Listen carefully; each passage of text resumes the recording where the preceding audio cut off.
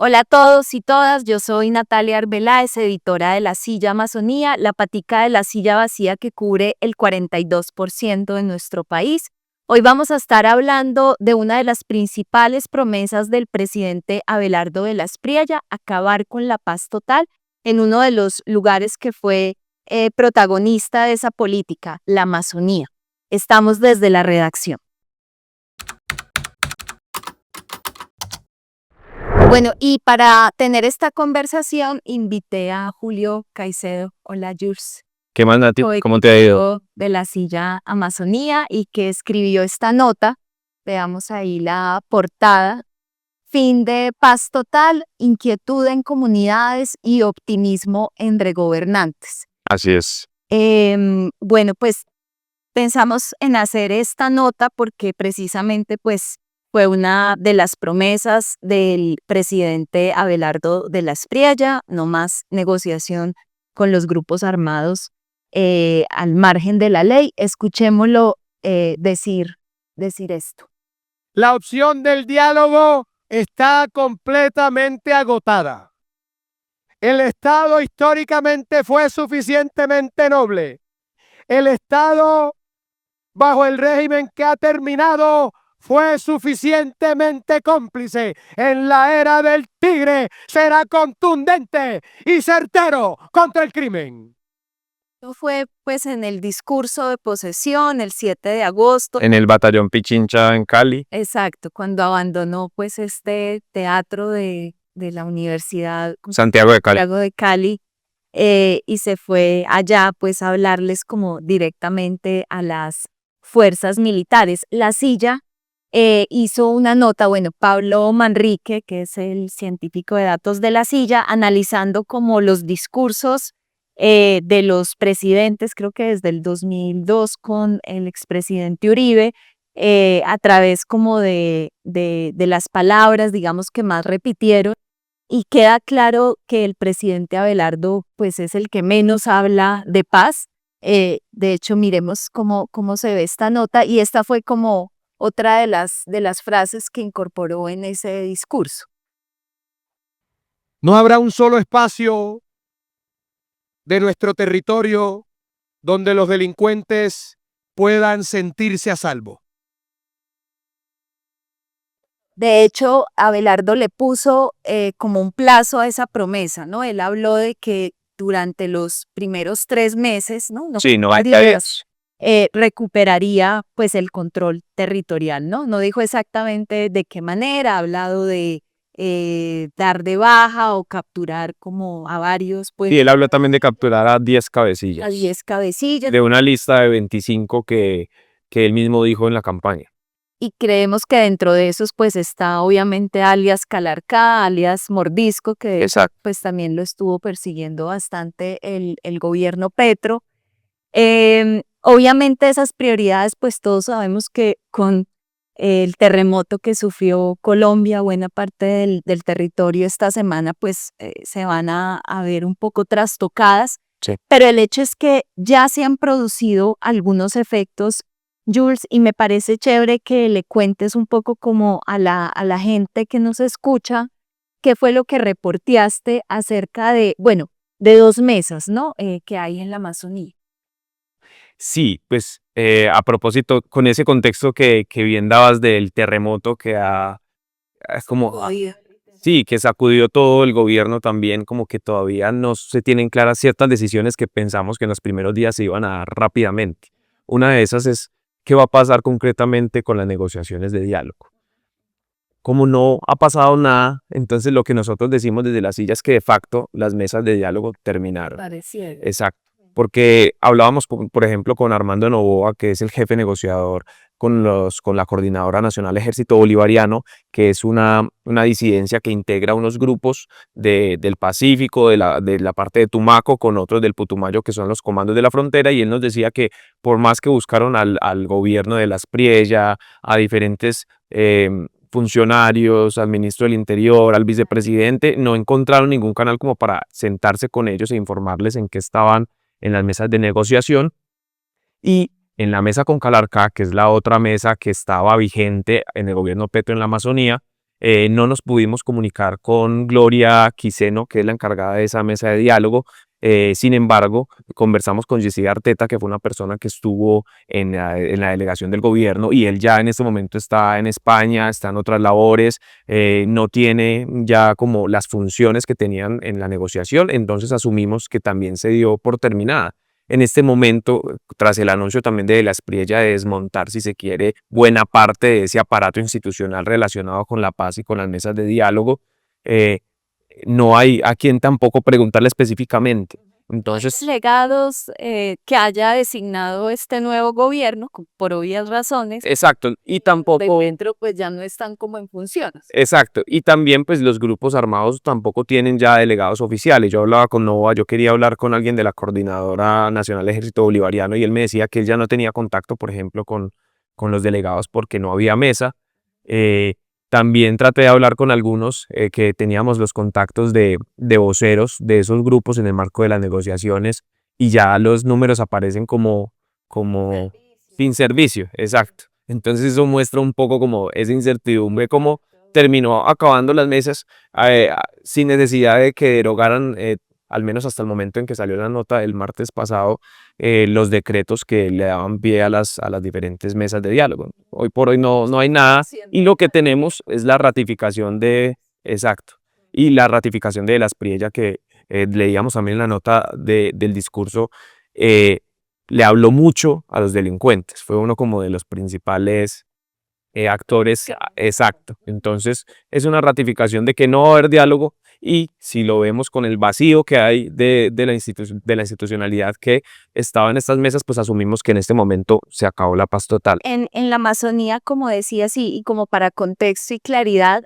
pues al final del gobierno Petro había dos mesas, ¿no? Entonces estaba para hablar de la Amazonía, pues estaba la mesa con los comandos de la frontera en Putumayo, ya mencionaste. Pues, pero al principio no estaba la mesa con los comandos, sino que estaba la mesa con la segunda Marquetalia. Eso iba a decir, que los comandos terminan siendo como una decisión que tuvo la segunda Marquetalia de alias Iván Márquez, Sí. Que luego entonces comandaron, esos comandos estaban, digamos, liderados por alias Araña, que fue capturado durante el gobierno Petro, si no estoy mal, el año pasado. Aquí en Bogotá. Capturó la fiscalía. En medio de un ciclo de negociación. En medio de un ciclo de negociación como una muestra, pues, de la falta, digamos, de una infraestructura como jurídica que los protegiera, pues terminó capturado, que fue una de las hipótesis que en las notas que tú has hecho del tema hemos manejado como que también así ha impulsado a ese grupo, pues, a mantenerse en la negociación, a dar como buenos gestos, pues tratando, decimos nosotros, de proteger a su líder. Ese es el grupo hegemónico en el Putumayo y hay que decir que allá, por ejemplo, pues sí disminuyó la violencia, o sea, no el control social, hay mucho control social, pero en términos de homicidios, de masacres, pues muchas personas sí nos han dicho que cambiaron, digamos, como esos indicadores. Sí.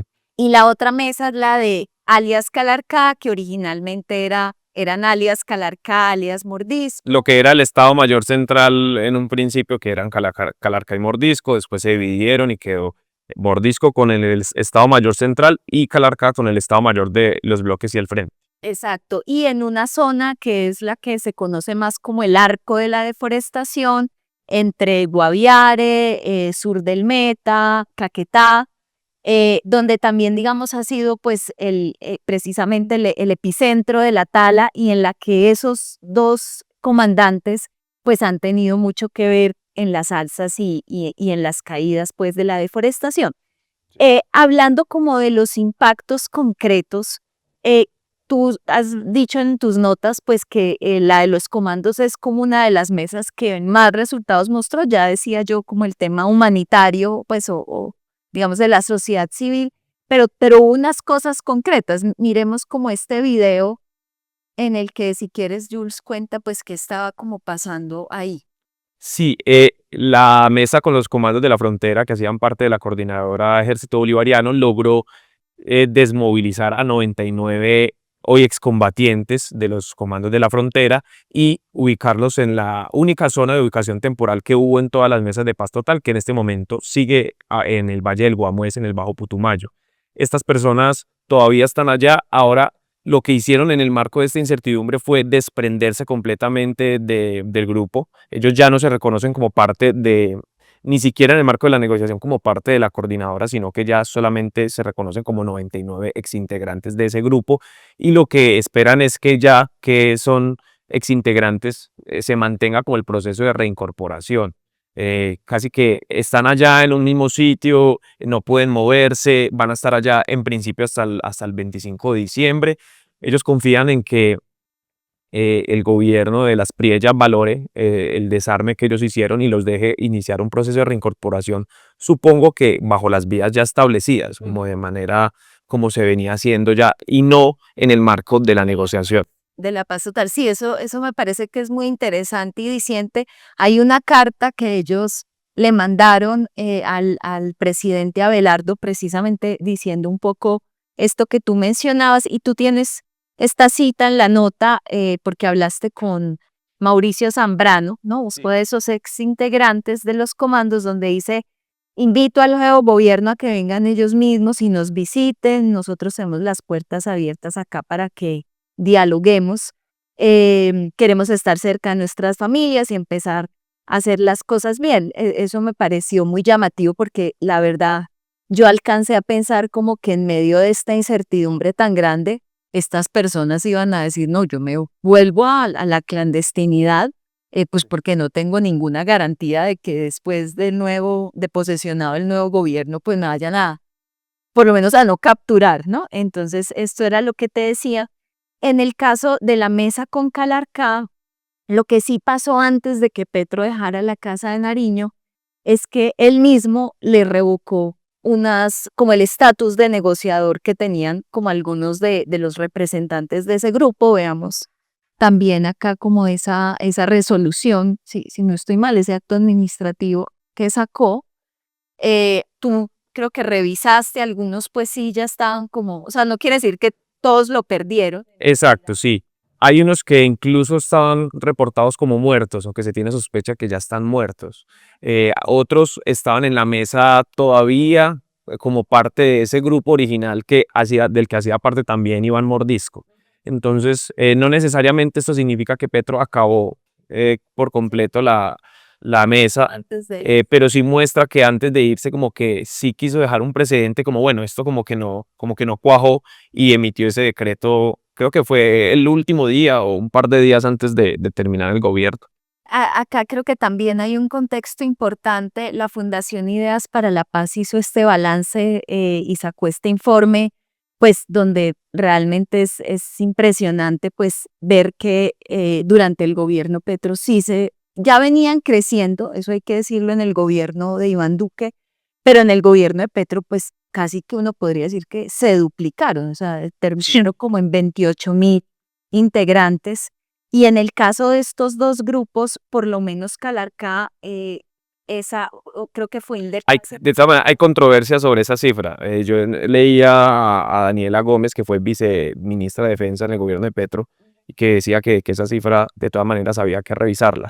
Pero lo que sí es un hecho más allá de la cifra es que los grupos se fortalecieron, y eso lo han dicho diferentes tanques de pensamiento como la Fundación Ideas para la Paz, pero también la Fundación Core, que también ha estudiado el tema. Eso sí es un hecho, pues que alrededor de la paz total se fortalecieron los grupos armados, y en la Amazonía también. En el caso puntualmente de Calarcá, pues se ha dicho que el cese al fuego lo benefició a Calarcá, e incluso después del cese al fuego hubo una confrontación menor que la que tuvieron otros grupos, y bueno, denuncias como la de Caracol, pues de posibles infiltraciones como en la dirección de inteligencia, en altos mandos militares. Y mucha desconfianza por parte de la comunidad en la mesa. La mesa, que empezó como una oportunidad para que la gente canalizara sus peticiones con el gobierno, visibilizara los problemas que tenía, terminó siendo una fuente de desconfianza, porque yo conozco líderes que me decían: no, a mí me da miedo lo que se hable en esa mesa, yo no digo nada ya, porque no confiaban en qué pasaba con esa información, en qué ocurría. Entonces sí, había una distancia grande entre la mesa y y los líderes de base de las comunidades y de los líderes comunitarios de, no sé, regiones como el Caquetá, por ejemplo. En el balance, en todo caso, que hicimos del gobierno Petro, decíamos que algo que le reconocían a esa mesa, por lo menos como en términos no sé, o formales si se quiere, era que por primera vez, lo decía Kai Johnson de Core, en una mesa de diálogo se había también incluido el tema ambiental. Lo que pasa es que en el caso de Calarcá, en el de los comandos yo creo que nunca pasó realmente a tener algún peso, y en el de Calarcá que sí creo que se discutió, pues Calarcá como que nunca mostró realmente como compromiso. Bueno, y hablemos como de esa otra parte de tu nota que me parece muy interesante, que es ver como quienes están siendo un poco ganadores y perdedores con esa decisión de Abelardo que digamos no ha pasado todavía, o sea, aunque ha habido confrontaciones ya y mostrada de dientes de la fuerza pública y de los grupos, pues todavía no ha habido como grandes operaciones, bueno, quizá en el Meta, ¿no? Hubo hace como una semana. El caso es que sí hay unos que están como contentos con esa decisión y otros muy preocupados y hablan, bueno, sí, háblanos de eso y ahora vemos el tema. A ver. Sí, yo mencionaba en la nota que es optimismo entre los gobernantes y preocupación o inquietud por lo menos entre parte de la comunidad. No hay que decir la comunidad porque pues es muy diversa, tienen diferentes formas de verlo, pero sí parte de la comunidad con las que yo tuve la oportunidad de hablar. Entonces, por ejemplo, Luis Francisco Ruiz, que es el gobernador de Caquetá, recibe con mucho optimismo esa decisión del gobierno de avanzar militarmente, porque él ha sido una de las personas que más ha expresado ese inconformidad que tiene la gente con las disidencias, porque es que la presión es máxima en cuanto a la extorsión, en cuanto al control social, desplazando líderes que de pronto no se alinean con lo que ellos quieren para las diferentes veredas. Y él ha sido muy vocal al criticar eso, además pues de las diferencias políticas propias, porque él está en una línea política distinta a la que tenía el presidente Petro. Entonces él sí saluda como las acciones que va a empezar Abelardo de las Priella. Él menciona un tema y es que no se puede medir la violencia solamente por la cantidad de homicidios o de muertos, que es algo que suena de pronto un poco frío, pero que tiene sentido en la medida en que hay una violencia silenciosa, que es la violencia de la amenaza, que muchas veces ni siquiera llega a denuncia, porque el miedo impide que la gente vaya a los canales oficiales de denuncia y eso no queda en las estadísticas oficiales, ese control permanente, como esa zozobra en la que tiene que vivir la gente, sobre todo en las zonas rurales de Caquetá, pero también en las zonas rurales urbanas como Florencia, donde la gente está extorsionada y se arriesga a que le pongan un petardo en el negocio si no paga la vacuna a la disidencia. Entonces, por eso él lo celebra. Lo mismo la gobernadora De, del Meta, de, que es Rafaela Cortés. de Rafaela Cortés, sí. Ahí ella básicamente está celebrando el abatimiento de alias el ruso, ¿no? Sí. Que precisamente entró a contarle como a esa promesa de Abelardo que mencionaste al comienzo de dar de baja, pues, o capturar como a 10 máximas cabecillas. Creo que alias el ruso era de Mordisco, ¿no? Entiendo que era de Calarcá. O de Calarcá. Sí, Ok. Calarcá. Entonces sí, básicamente eso es lo que ella dice ahí, pero ahorita decías, por el otro lado están, bueno, ciertos grupos de las comunidades que creo que también con razón, pues tienen mucho susto, ¿no? De lo que pueda pasar. Sí, en algunas regiones donde no había una confrontación tan directa entre la fuerza pública o las diferentes facciones de las disidencias, algunos líderes me han manifestado preocupación porque, sobre todo, por ejemplo, en Putumayo, donde el grupo de los comandos de la frontera es prácticamente hegemónico, eh, había cierta tranquilidad. Habían bajado los indicadores de violencia, se podía trabajar, se podía más o menos llevar una vida normal dentro de las condiciones que imponen ellos, con muchas comillas, pero eso les servía a ellos como para tratar de pensar en otras cosas y no en su seguridad. Y ahora que se habla de volver solamente por la vía militar, sí hay una preocupación frente a que ellos también se vuelvan un objetivo. Recordemos que en Putumayo, por ejemplo, sobre todo en el Bajo Putumayo, hay mucha gente que todavía vive de los cultivos de coca. Y uno de los anuncios a mí me llamó la atención mucho en el discurso de Abelardo, ese énfasis en el tema de la coca, es que va a volver la aspersión, la erradicación forzosa, incluso la aspersión aérea con inmersa. Sabemos bien No se sabe con que qué. herbicida para Un que pase pues el control de la corte, la corte la Exacto. tiene. Que prohibió el glifosato. Él dice que tiene un herbicida que no causa daños al medio ambiente ni a las personas, hay que verlo, pero eso sí tiene muy preocupadas a las comunidades de esa región porque van a empezar seguramente a haber operativos, pues van a haber aspersiones. Eso significa que seguramente los grupos también van a presionar a las comunidades a que eviten esas operaciones, por un lado. Por el otro, las mismas comunidades y organizaciones legítimamente se organizan para defender la actividad económica que ellos tienen en ese momento. Entonces seguramente va a haber mucha agitación en esas regiones si Abelardo cumple su promesa de avanzar con lo militar y con la aspersión forzosa. Y en otras regiones, esto no lo digo puntualmente por esta nota, pero sí me lo han dicho en el pasado, también desde las elecciones ya se sentía cierto miedo, por ejemplo en el Guaviare, donde están funcionando los programas relacionados con la deforestación, los pagos, por ejemplo de Conservar Paga, que es el programa que le paga a los campesinos por conservar los bosques. Hay miedo porque entonces cuando se abre la confrontación directa con la fuerza pública, una de las cosas que pasan es que ya los funcionarios de otras entidades que no están relacionadas con el ejército ya no pueden entrar. Entonces los funcionarios, no sé, del Ministerio de Ambiente, del IGAC, toda la gente que va a esas veredas más lejanas ya va a ver su labor comprometida, se va a sentir en riesgo. Muchas veces no van a autorizar esas comisiones en regiones donde haya una confrontación directa. Van a empezar los toques de queda, en fin, van a empezar, no, ya existían, pero quizás se van a agudizar. Ese es el miedo que hay en parte de las comunidades, pero para ser justos también siento que hay otra parte de las comunidades que quizás es más silenciosa o no está tan organizada, que también siente que ya tiene un respaldo de la fuerza pública. Lo mencionábamos en las elecciones, por ejemplo, en Caquetá. Había un voto silencioso, pese a que la mayoría de la gente votó por Cepeda. Había un voto silencioso por Abelardo de la gente, tanto en lo rural como en lo urbano, que estaba mamada de la extorsión y de los grupos armados. Entonces decía, no, pues este candidato al menos dice que les va a enfrentar de frente y a lo mejor esto nos alivia un poquito a nosotros.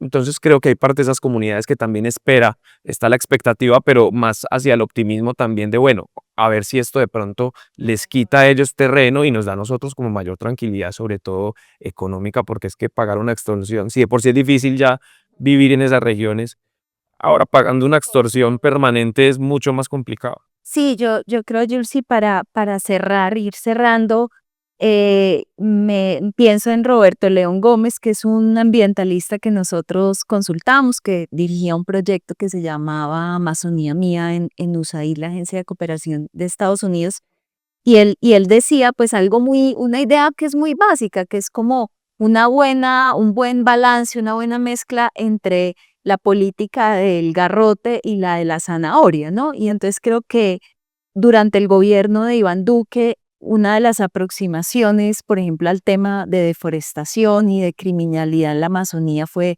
la operación Artemisa, ¿no? De ocupar como militarmente muchos parques y un poco el balance que han hecho de esa política, no sé, el CECET de los Andes, es que eso generó muchísima desconfianza en el Estado de las comunidades, porque claro, es como la peor cara a veces con la que llega, digamos, pues las entidades públicas.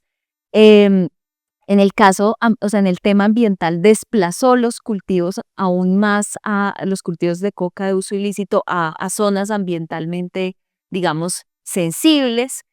Hoy además hay una realidad en lugares como el Putumayo que mencionaste y es que al lado de los cultivos de coca hay también cultivos legales porque la gente con la crisis de la compra de coca, de los precios, le abrió como una ventanita a cultivos como el cacao, como el azaí, ¿no? No dejan del todo la coca, pero ahí le van dando chance, entonces pues obviamente una fumigación no va a distinguir como entre unos y otros.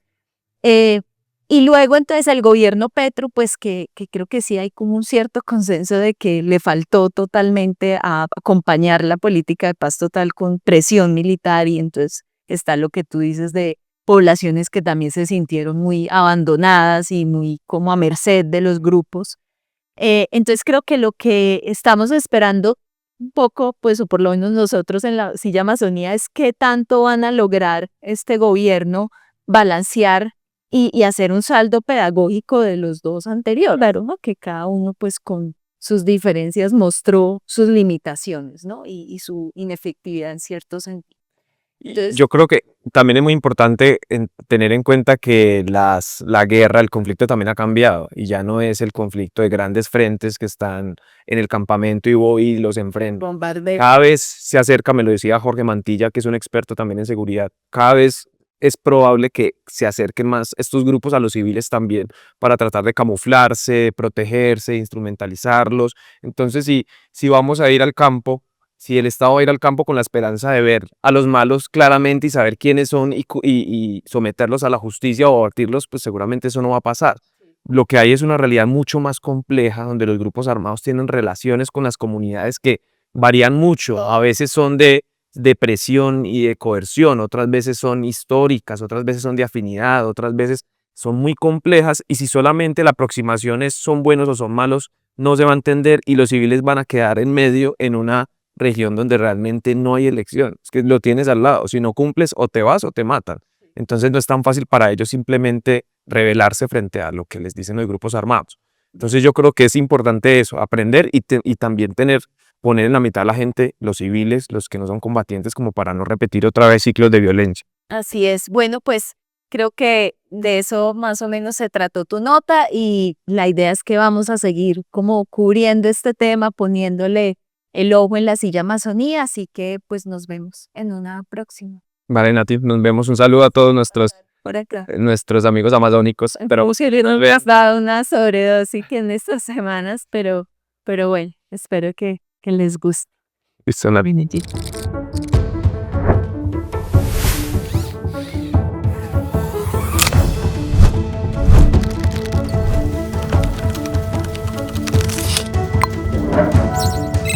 En el Congreso, Amazonía es el paraíso. el presidente Gustavo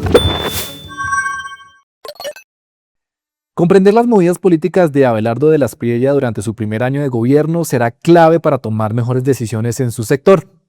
El curso virtual ¿Qué está pasando en Colombia? Es un espacio exclusivo para profundizar en la coyuntura con información verificada, contexto y acceso directo a Juanita León y Daniel Pacheco, quienes han investigado el poder en Colombia por más de 15 años. A partir de agosto y durante un año podrá asistir a encuentros mensuales de 2 horas, analizar los hechos más importantes, resolver sus inquietudes en espacios de confianza y comprender mejor el panorama nacional bajo el nuevo gobierno. Manténgase un paso adelante en el análisis de la política colombiana y tome mejores decisiones con información independiente y análisis de experto. Conozca todos los detalles en lasillavacía.com/sillacursos.